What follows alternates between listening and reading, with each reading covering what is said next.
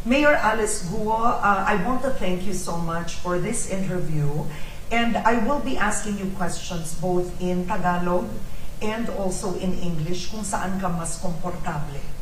Ito ang pagkakataon mo para linawin ang mga issue laban sa'yo. Ang pinakaunang issue dito ay ang iyong pagkatao. It's a question on your citizenship. Tinatanong kung Pilipino ka ba talaga. Are you a Filipino? Ma'am Karen, ako po ay isang Filipino. Paano mo mapatutunayan yon? Malaki ang question ngayon sa mga magulang mo, sa ama at sa ina mo. Ang nanay ko po, ang biological mother ko po ay isang Filipina. Ako po ay Filipino passport holder at nag-iisa lang po ang aking passport. Ako po ay Filipino. Who is your mother?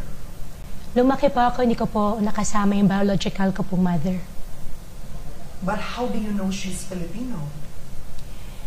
At the age of 12 po, Ma'am Karen, nalaman ko po na siya po ay kasambahay po namin. Kasambahay po ng first wife ng dad ko po. So, ang biological mom mo ay dating yung kasambahay. Opo, Ma'am Karen. Bakit hindi mo to sinabi sa Senado nung tinanong ka? Hindi po kaya, Ma'am Karen. Medyo para sa akin po, masyado po siyang private po. Para sa akin po, hindi ko po siya kayang sabihin po sa tao na iniwanan po ako ng sariling ko pong ina. Pasensya ka na kailangan tanungin ko to. Anong nangyari noon? You were 12 years old, your father told you, sinabi ng tatay mo, sino ang nanay mo? Tinanong mo ba sa kanya? Anong nangyari? Nangyari po yun, kung di po ako 12 years old or 14 years old, nalaman ko po mismo sa tatay ko po na ang nanay ko po ay dati po nila kasambahay. Pagkatapos po ako nailuwal po, minigay po ako sa tatay ko. Alam mo ba ang pangalan ng nanay mo? Kilala mo ba siya? Hindi ko po siya personally nakita. Nakita ko po doon sa birth certificate ko po yung pangalan po ng aking ina. So, kilala mo yung pangalan? Kilala ko po yung pangalan, pero hindi ko po siya nakasama. Hindi ko po naramdaman yung pagmamahal po niya sa akin. Dahil lumaki po ako sa tatay. Lumaki ka sa tatay. Was there any point that you met your mother? Was she ever introduced to you in person? Hindi po, Ma'am Karen. Why didn't you just say this in the Senate? You were under oath. You were under oath in the Senate. You had to tell the truth. Why didn't you say that you knew who your mother was? Ma'am Karen, during the Senate hearing po, masyado po ako na blanco. Hindi po ako taga Maynila. Ako po ay taga probinsya. Hindi po ako sanay. At hindi rin, natatakot po ako. Yan po yung mas tamang term. Na-blanco po ako. At at gusto ko rin po na I'll take this opportunity na rin po na humihingi po ako ng paunmahin po. Humihingi po ako ng pasensya po kay Senator Risa Hontiveros na hindi po ako nakapagsagot po sa kanya ng maayos dahil medyo masakit po talaga sa akin. At yung private life ko po, as much as possible po, ayaw ko po pag-usapan. At nung time po na yun na tinanong po sa akin ni Sen Risa, na blanco po ako. Nung sinabi ng tatay mo sa'yo, when you were 12 years old, ang ina mo ay ang dating kasambahay, what happened next? Actually, nangyari po yan. Meron po siyang bagong kasamang partner. Doon ko po nalaman. Lumaki po ako sa daddy ko po na sobra po niyang mahal. Hindi ko man po naramdaman dati, nung bata po ako, hindi ko man po naramdaman na iba po yung tingin niya sa akin or iba pong tingin sa akin nung partner po niya. Kung hindi pa ako nagkakamali, at the age of 12 or 14, shinare po sa akin ng daddy ko. Sabi niya sa akin, it's about time na kailangan mo malaman sino ka. It's about time na pinagpili po niya ako gusto mo ba maging Filipino o gusto mo maging Chinese? Honestly po, gusto po ng tatay ko po maging Chinese ako. Sabi po niya sa akin, para pagtanda po niya, pag umuwi na po siya sa taas po, hindi po ako maiiwan mag-isa. Kasi nung pagkaluwal po sa akin ng nanay ko po, iniwanan na po ako sa kanya. Sabi po niya sa akin, if ever wala pa akong makakasama, gusto po niya, maging Chinese citizen ako. Pero Ma'am Karen, ako po ay isang Pinoy. Lumaki po ako sa Pilipinas. Alam ko po ako ay isang Filipino. Nung time na yan, nagbiro pa ako. Sabi ko, Dad, gusto ko dito ako sa Pilipinas kasi Pinoy ako. Despite na alam po, inamin ko naman po sa publiko na ang tatay ko po isang Chinese. Ma'am Karen, hindi ko po kasing kayang sabihin at ayaw ko rin po ma-judge ako na sabihin sa akin, naging product lang po ako. Hindi ko po kaya yon. Hindi ko po kayang sabihin sa Senate. Ayaw ko po ma-judge yung tatay ko. Ayaw ko po ma-judge din yung sarili ko po. Pero nung tumungtong pa ako ng tamang edad, sabi ko sa daddy ko, Dad, gusto ko maging Filipino citizen. In fact, isa lang po ang citizenship ko. Ako po ay isang Filipino. Marami pa ako nabalitaan, i-deport daw po ako. Ma'am Karen, yung sarili kong ina, iniwanan ako. Ngayon, yung sarili kong bang bansa, tatalikuran ako. I-deport po ako. Saan po ako i-deport? Malaysia, China, Singapore. Isa lang po ang passport ko po. Ako po ay isang Filipino. May mga kapatid ka ba? Do you have brothers and sisters? Meron po. Pero hindi ko po sila kilala. Lumaki po ako, Ma'am Karen. Tinago po ako sa farm. Kung narinig niyo po yung Senate hearing, tinanong po yung school background ko. Nung bata ako, Ma'am Karen, hindi ko na-feel nakakahiya na hindi ako pinag-aral ng tatay ko. Nung bata ako, sabi niya sa akin, importante lang, marunong ako magsulat, marunong ako mag-read, marunong akong magsalita. At pinaka-importante po sa lahat, marunong po ako mag-calculate. Yung pong tinuro po niya sa akin.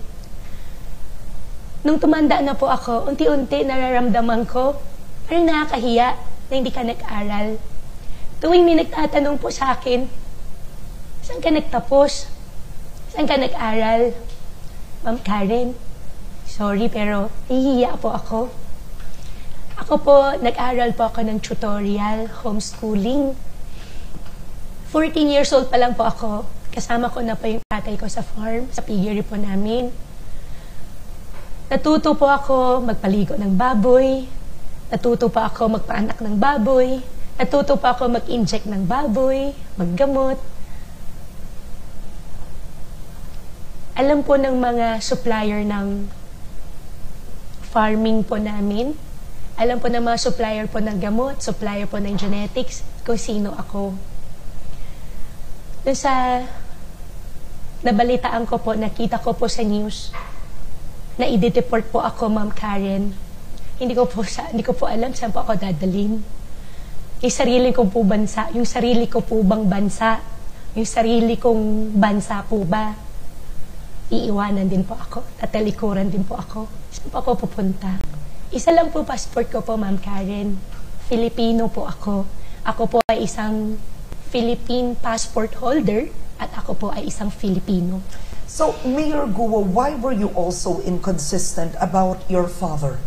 Nung una sinabi mo Filipino siya, lumabas sa mga dokumento, pinoint out ito ni Senator Sherwin Gatchalian, the document showed that he was a Chinese citizen. Ngayon naman, sinabi mo, half Filipino, half Chinese siya. Ano ba talaga ang citizenship ng ama mo? Ever since po, Ma'am Karen, kahit na sa election time, never ko po nasabi na ang tatay ko po ay isang half Filipino, half Chinese. Yung tatay ko po, tumanda na po dito sa Pilipinas. Siya po ay isang Filipino, siya po ay isang Chinese. Ang tatay ko po ay isang Chinese passport holder. Sinabi mo ba to sa Senado? Sinabi ko po sa Senado po na ang tatay ko po ay isang Chinese. So, ang nanay mo ay Pilipina, ang tatay mo is a Chinese passport holder. Opo, ang tatay ko po ay isang Chinese passport holder. At pinili mo na maging Pilipino, kailan mo nakuha ang Philippine passport mo? Nakuha ko po yung Philippine passport ko po, Ma'am Karen, kung di pa ako 17 or 19 years old. 17 or 19 years old. Okay. Now, ang daming tanong, bakit nagkaroon ka lang ng birth certificate nung 17 years old ka? Bakit nung iniwan ka ng iyong ina, hindi ka nagkaroon ng birth certificate?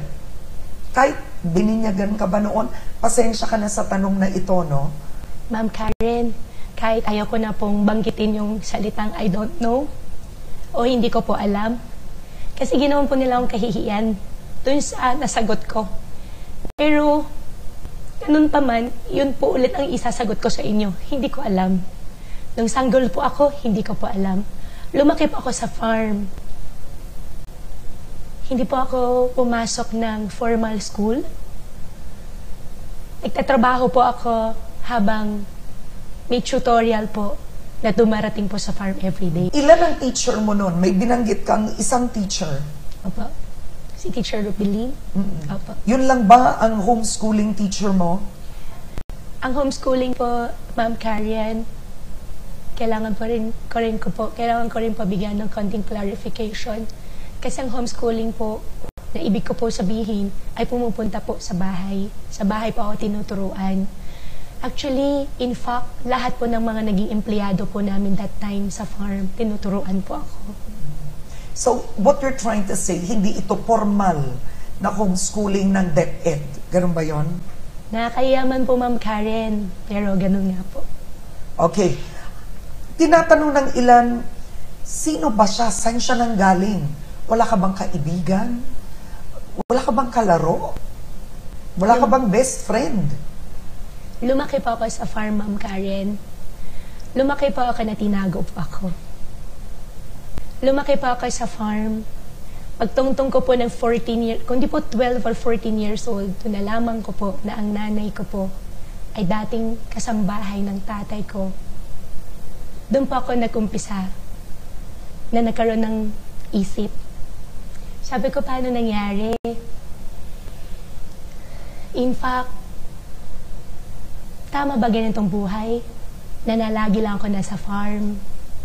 Nung after that, after 14 years old ko po, unti-unti, tinuturuan ako ng tatay ko sa negosyo. Doon po ako naumpisahan, doon din po ako nakilala ng tao. Natuto po ako bumili ng mais sa Concepcion, sa Bamban, sa Tarlac. Kasi ang hanapbuhay po namin baboy. Gumagawa po kami ng sariling feeds.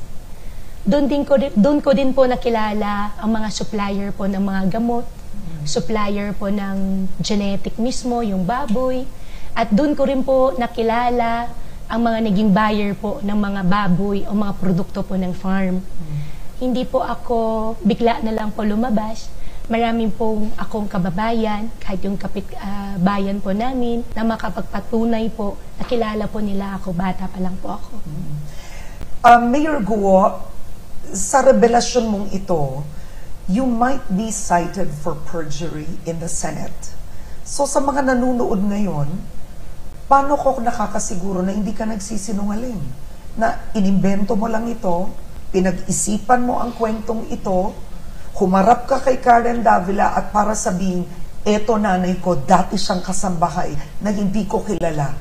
Sasabihin ng Senado, how can we believe you? Unang-una po, Ma'am Karen, kilala po ako ng mga tao na kasalamuha ako nung bata ako. Pangalawa po, ako po ay isang Pinoy. Ako po ay isang Filipino. Ako po ay meron passport na Filipino. At nag-iisa lang po ang passport ko po, Ma'am Karen, Filipino. Philippine passport po ako. Okay, let's move forward now to bakit ikaw, why you're here. This all happened, it started because of a raid. It was a shocking and surprising and an alarming raid. Ikaw ang mayor ng Bamban Tarlac. This is your first term. And prior to you becoming mayor, you asked for a license to have a Pogo franchise. Am I correct? Yes po, Ma'am Karen. Meron din pa akong gusto i-clarify sa nasabi ko po sa Senate hearing last time na previous administration. Ang ibig ko pong sabihin doon sa previous administration ay former mayor po ng Bamban. Nilapitan ko po siya para... Sino yon? Mayor John Feliciano. Tapos? Nilapitan ko po siya para kumuha po ng lono. Letter of no objection para sa itatayo po na Pogo noong year 2021. Hindi pa po ako mayor noon. Ang tanong ko, bakit mo maiisip ang Pogo? Pigiri ka. Nakita ko ang listahan ng iba mong mga kumpanya. If it's to be believed, it would show that you were an entrepreneur at 24 years old. Kung totoo yun yung mga kumpanyang nakalista na sinasabi, yun ang negosyo nyo. Pero from piggery, iba't ibang negosyo, trading, bakit ka papasok sa Pogo? Ma'am Karen, hindi po ako pumasok sa Pogo. Please allow me to explain. To be exact, naumpisa po ako mag-work 14 at 24. Nasabi ko nga po sa speech ko sa mga kabataan sa bayan namin, 17 years old, pinapirma ako ng tatay ko ng cheque. At hindi ko man alam na ang cheque pala pag pinirmahan mo dapat may pondo. Yan yung first time na tinalbugan ako ng cheque. 14 years old po ako nag-umpisa maghanap buhay. Hindi po 24. Ma'am Karen. What it means is the companies would have been, if it's to be believed, you were 24 years old when those companies were registered, but you could have started working earlier on. Apo. But balikan natin ang tanong, bakit ka hihingi ng prangkisa o permit o lisensya sa Pogo? Hindi mo naman negosyo yun. Apo. Kaya hindi pa ako humingi ng permit, hindi po ako humingi ng license to operate. Tinulungan ko lang po yung company po. Explain ko lang po ng mas clear po ha. Ang negosyo ko po farming. It so happen po, nabili ko po yung lupa. Kung saan po nakatayo yung Baofu po ngayon. Na 10 hektarya? 7 hectares po. 7 point plus po hectares. Magkano mo nabili yun? Kailangan ko po ba i-disclose? For issues of transparency, it might help you. Nabili ko po siya 700 pesos per square. Okay. Installment pa po. Anong taon ito? 2018. Okay. So, binili mo yon pagkatapos? Binili ko po yon. Pagkatapos po, nakilala ko po yung mga Chinese po sa Clark. Nakilala ko po sila dahil ang negosyo ko po baboy. In-offer ko po sa kanila yung meat mismo, karne. Nag-offer pa ako sa kanila ng baboy. Hanggang nagkakaroon po sila ng mga problema po doon, minsan humingi po sa akin ng tulong. Ang hininga nila sa akin ng tulong mag-translate, hindi nila naintindihan. Doon ko po sila nakilala. Sa karne, sa pagbenta ko po sa kanila ng baboy, hanggang in-offer ko po sa kanila. Sabi ko, bakit sa Clark kayo? Hindi niyo pagkaari yung lupa. Gusto niyo ba, lipat niyo na lang sa labas ng Clark? Anong negosyo nila nung in-offer mo? Ang negosyo po nila ng restaurant. Actually, yung Pogo po na sinasabi po, hindi naman po siya entire Pogo. Sa laki po ng compound, isang building lang po yung Pogo doon, yung 2, 3, second, third, and fourth floor lang po. The rest po, actually it's a mixed use po na development. Meron po siyang commercial, meron po siyang mall, meron po siyang residential. In-invite ko po sila sa Bamban para sa akin naman din po. Ay para magkaroon din po ng job opportunity din. And bilang negosyante, ayaw ko rin naman po talaga magsinungaling. Syempre opportunity rin po sa akin na yung lupa ko po magamit. Yun naman po talaga in-insist ko. Dapat dun sa lupa ko. Nung nagkaroon na po sila ng commercial, dumating po naman si Hong Sheng. Nung ginagawa na pa yung building, dumating po si Hong Sheng na magre-rent po sa kanila. Nung magre-rent po sa kanila, in-introduce ko po si Hong Sheng doon sa former mayor na kung meron pong mga questions na hindi niya masagot, ako po yung nag-translate. Inintroduce ko po siya doon sa former mayor para kumuha po ng letter of no objection. Ang big sabihin po nun, Ma'am Karen, ay wala po nag-o-object. After nun, Ma'am Karen, hindi na po ako nakialam. Kasi ang nakalagay dito sa resolusyon ng Sangguniang Bayan ng Bamban, itong resolution number 185, ang resolution na ito ay dahil sa aplikasyon ni Miss Alice Guo para sa isang franchise license permit of Hongsheng Gaming Technology. So it is your name that is in effect applying for the franchise license and permit. Ma'am Karen, during that time po, ako po yung nag-introduce. But why did you have to use your name? Actually, if you are saying hindi ka bahagi ng negosyo ng Pogo, bakit mo papagamit ang pangalan mo? Actually, Ma'am Karen, wala naman pong record na magsasabi na nag-apply ako.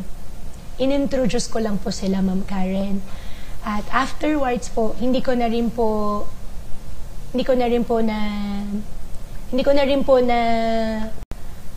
nabigyan po ng pansin doon sa nakalagay po ng representative. Pero Ma'am Karen, in-introduce ko lang po sila doon sa former mayor para mag-apply po ng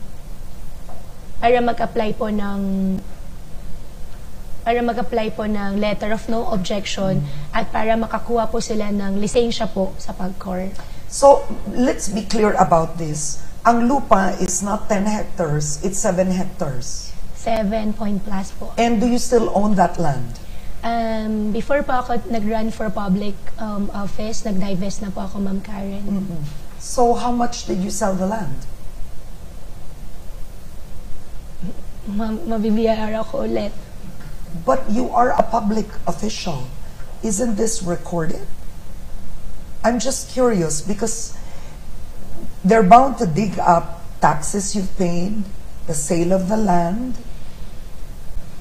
You don't have to give me in detail, but who did you sell the land to?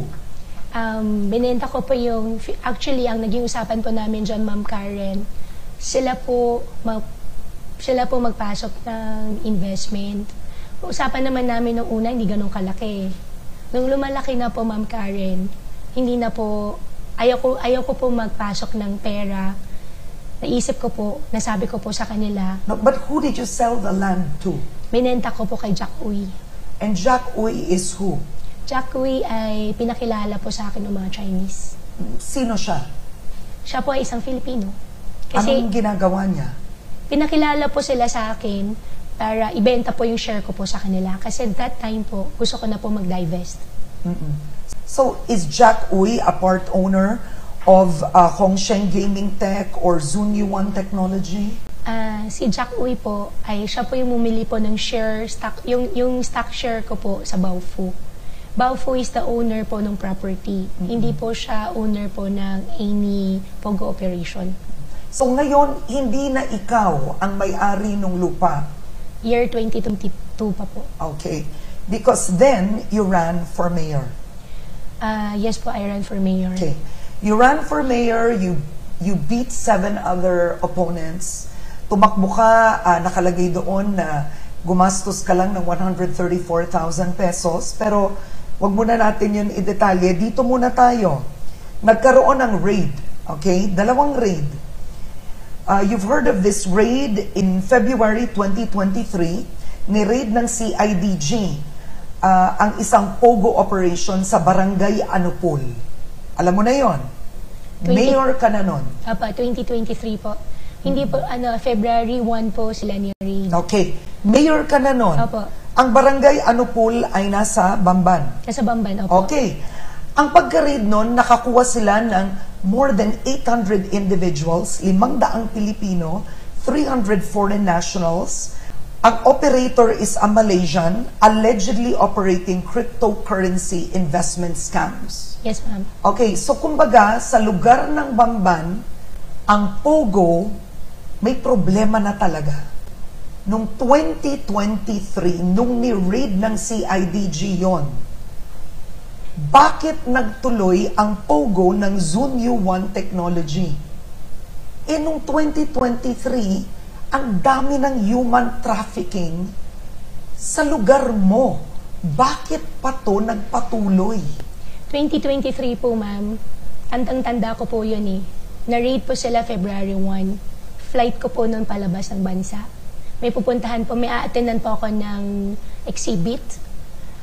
Bago pa ako umalis din po ako ng February 1 or 2. Bago po ako umalis, inalam ko po ano nangyari. Later on, nasa korte na po lahat ng demanda. Nung nalaman ko po, before, ma'am, i-clear ko lang pa, nakakalimutan ko po ulit. Sure, go. Na-raid po yun na meron po silang pag-core license. Sila po ay si Hong Sheng. Sila po ay owner po ng master license holder. Na-raid po yan, palabas po ako ng bansa. Bago pa ako umalis, tinanong ko, ano nangyari? Sabi po sa akin, doon sa tinayo po namin na team para mag-imbestiga na locally, sabi sa akin, dadali na ng korte.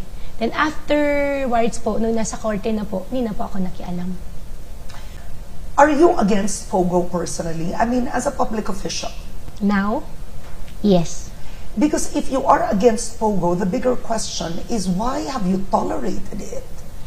Ma'am, now I'm against. Now, as long as ako pa yung mayor, I will no longer allow any POGO operation in my town. Before po, ma'am, the reason why din po, nung humingi po ng Zone 1 technology, ng lono po doon sa mga konsihal ko po, ang paliwanag po nila sa akin, Mayora, trabaho. Second class municipality lang po kami. Yung mga kababayan po namin, kailangan po ng trabaho. Sabi ko po sa mga konsihal, as long as meron pong lisensya ng PAGCOR, papayag ako. Pag walang lisensya ng PAGCOR, never again. Mayor ka na, at nung itinayo ang Zunyu One Technology na raid ito nitong Marso, and once again, meron na namang human trafficking. May mga na-rescue doon, foreigners and Filipino. Ang issue nila, human trafficking used for cyber attacks of government agencies. Iba't iba, and POGO operations, shopping scams, love scams, kung ano-anong scam. Ang tanong ko bilang mayor, hindi mo ba ever binisita ang lugar na yon? Hindi ka ba pumapasok sa mga building na ang liit ng Bamban, di mo ba nakita, oh, ang dami ditong Chino, ang dami ditong dayuhan. Because the bigger issue, if you don't have links to POGO, is, were you doing your job at all? Ma'am, ayoko po magkaroon ng conflict of interest. Hindi po ako pumapasok. Hindi po ako pumupunta doon sa building. Ayaw kong masabihan ako, meron akong ibang gusto, kaya po ako pumunta doon. Pero yung team ko po, they are always na pumupunta. In fact, bago po nangyari yung raid, I think a week or two, may nangyaring site visitation. May nangyaring nagpa-open house visitation po sila. Si Zunwan, ma'am, meron po siyang POGO license. May lisensya po siya, ma'am. Binigyan ko po siya ng mayor's permit. Magkano ba ang kinikita ng POGO para sa Bamban Tarlac? How much taxes do they pay? How much revenues did the city earn? Saan ba napunta itong kita sa POGO? Opo, ma'am.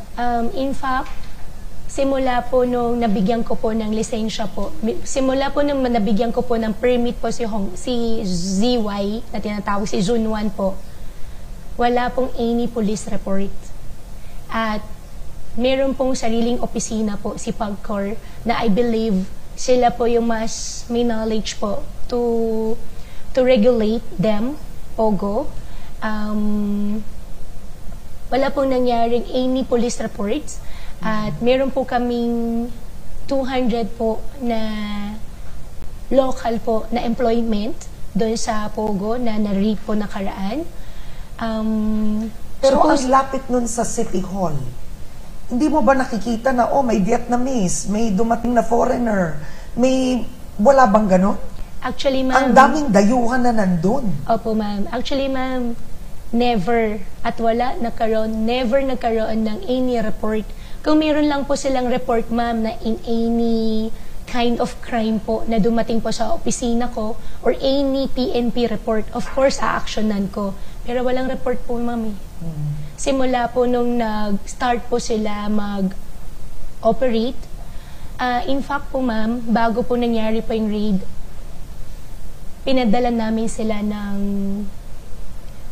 tax computation. At kami din po sa munisipyo, gumawa po kami ng rough estimate na makokolekta po namin sa kanila doon sa RPT po nila. Magkano? Nasa almost 15 million po doon sa RPT po. At nagbayad ba sila? Ang pinangako po niya sa amin, ang pinangako po nila sa amin ay end ng March po sila magbabayad. Kasi first quarter po. Ang tingin ng marami kasi, kaya lumaki ang Pogo sa Bamban Tarlac ay partner ka. Yun ang tingin ng marami ngayon na imposibleng lumago ang Pogo sa isang lugar kung si Mayor Guo hindi siya partner, kasosyo. Yun ang tingin ng marami ngayon. Ma'am, di pa ako ganun ka-powerful. Ako po ay isang simpleng mamamayan. Ako po ay isang second-class municipality lang po. Wala pa akong ganung kalaking connection po. So I wanted to ask you, this is important, no, for you to clarify. Sinabi mo sa akin ngayon, isa kang simpleng mamamayan. And yet, dito sa Tarlakenyo, isang dyaryo, lumabas na meron kang McLaren, no? Di ko alam na, panalunan mo ba ito? Because this is a 33 million peso car. Actually, ma'am, it's a show. Car show po yun, ma'am. Alam niyo naman po, kami mga nasa probinsya, gusto namin lagi masaya. Sa Concepcion po yun, ma'am. Yung mayor po ng Concepcion po, kaibigan ko. Yung pinaka event coordinator po nila, kaibigan ko.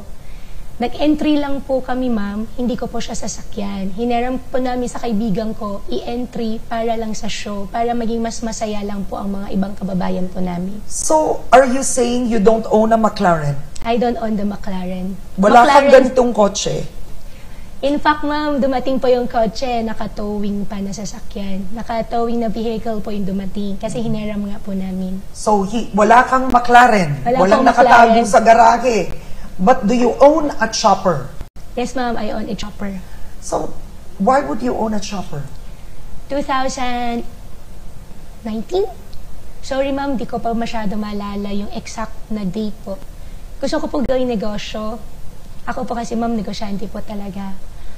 Meron po tayong taxi na by land. Naisip ko po, pwede rin po yung taxi by air. Nagkaroon po ako ng idea sa air taxi. 75,000 pesos per hour. The moment na nag-switch on ka ng engine, naniningil ka na. 1:1 po ang conversion po ng fuel po. So, naisip mo siya bilang negosyo? Naisip ko po siya, ma'am, bilang negosyo. Okay, and where is the chopper today? Binenta ko na po siya, ma'am, kasi hindi na rin po nagagamit. At hindi po lumabas yung in-expect ko po na magiging possible po na operation. Kailan mo nabenta ang chopper? Nabenta ko po siya this year. Because the reason I'm asking these questions is your lifestyle has come into question. That you live an extremely luxurious lifestyle. Sinabi mo ngayon, simple lang akong tao. Yes, ma'am. Nakatira nga, in fact, hanggang ngayon nga, ma'am, nakatira pa ako sa farm eh. Nakatira pa rin ako doon sa farm namin. Doon pa rin ako nakatira. Nakatira pa rin ako doon sa yung mga ibang kaibigan na nakakarating. In fact, bago nangyari to, minsan yung mga ibang department head ko po nakakarating po doon sa bahay ko. Okay. Ang ABS-CBN araw-araw nasa Bamban Tarlac. You're not in your office. You haven't been going to work. Aren't you accountable? Shouldn't you be in the office? Ma'am, nag-o-office po ako. Dumediretso po ako sa barangay. Ma'am Karen, kami po kasi sa bayan po namin. Ako po bilang alkalde po, mas gusto ko po na napupuntahan ko po diretso yung tao. Isa rin pong reason, ma'am, kung bakit ayaw ko po makita ng mga reporters po, not only ABS-CBN, hindi pa po ako ready magsalita. Kaya hindi po ako nagpapakita sa kanila. Pero kung ano man po ang aking obligasyon sa aking mga constituents, mga kababayan ko po, ginagawa ko po lahat. Anong plano mo ngayon? Magre-resign ka ba bilang mayor? Hindi po. Hindi pa ako magre-resign. I will continue serving my constituents. In fact, ma'am, one of the reason kung bakit po ako nagpa-interview today, dahil din po sa mga kabamban ko, you will appreciate our bayan. Maliit lang po siya, pero very, very, very warm. Sila po yung nagpupush po sa akin, sila din po yung nagme-message po sa akin everyday. Mayora, ma'am, mahal ka namin, huwag niyo po kami iwanan, marami pa po tayong programa, marami pa po tayong pangarap na gagawin po natin. Are you going to run again for mayor in 2025? Yes, ma'am. Who's gonna support you? I'm curious. May kabamban. May partido ka na ba? Meron po. Oo. So sa provincial politics, sino ang kakampi mo doon? I don't treat po naman na may kaaway. Kasi ako po ay isang bago lang po. Neophyte lang po ako na politician. I don't even consider myself po as politician. Sabi ko po lagi sa sarili ko po, ako po ay isang public servant. Meron din po akong calling po. Sana po yung mga malalaking politicians, kung meron po silang mga issues, kung meron man po silang mga misunderstandings po, wag na po nila ako idamay. Okay. So, on the record, kilala ka na siyang humingi na bigyan ng lisensya, prangkisa, permit ang POGO noong 2020. You're on the record, ha? I'm reading the actual resolution. Actually, Ma'am Karen, sorry to interrupt Go you. ahead. Hindi po siya permit, hindi po siya license. Ang hiningi ko po, ang pinakilala ko po, yung Hong Sheng, dun sa former mayor, is letter of no objection, Yeah. law no. Oo. Hindi po siya permit, hindi po siya any license to operate, hindi po. But I'm reading the actual resolution. I'm just saying, that's what it states. You can correct that in your own town. Ang tanong ngayon, are you going to call for a ban on POGO, hindi lang sa Banban, pero sa buong Tarlac? Actually, ma'am, wala pa akong karapatan to call for entire Tarlac. Ako po ay isang mayor po ng sarili ko pong bayan. Sa sarili ko pong bayan, ayaw ko na po at I will never tolerate. At ayaw ko na rin po na magkaroon ng any POGO operation po sa sarili ko pong bayan. Siguro sa huli na lang, anong mensaheng gusto mo sabihin? Meron pang Senate hearing. I think you'll have one this week. At ang tingin ng marami sa'yo sa social media ay may mga, alam mo naman yun, may mga memes na tinawag kang sinungaling, tinawag kang may-ari ng POGO. Anong gusto mo sabihin ngayon to close? Actually, ma'am, hindi po yan ang gusto ko pong sabihin. Ang gusto ko pong sabihin sa lahat ng publiko, hindi po ako spy. Yan po yung masakit po sa akin na tinatawag po akong spiya. Hindi po ako spy. Ako po ay isang Filipino. Mahal ko po ang sarili ko pong bansa. Hindi po ako spy. Or asset ng ibang bansa? Ako po ay isang Filipino. Mahal ko po ang sarili ko pong bayan, sarili ko pong bansa. Hindi po ako spy. Hindi rin po ako asset. Hindi po. On that note, maraming salamat sa iyo, Mayor Alice Guo. Thank you. Thank you po, Ma'am Karen.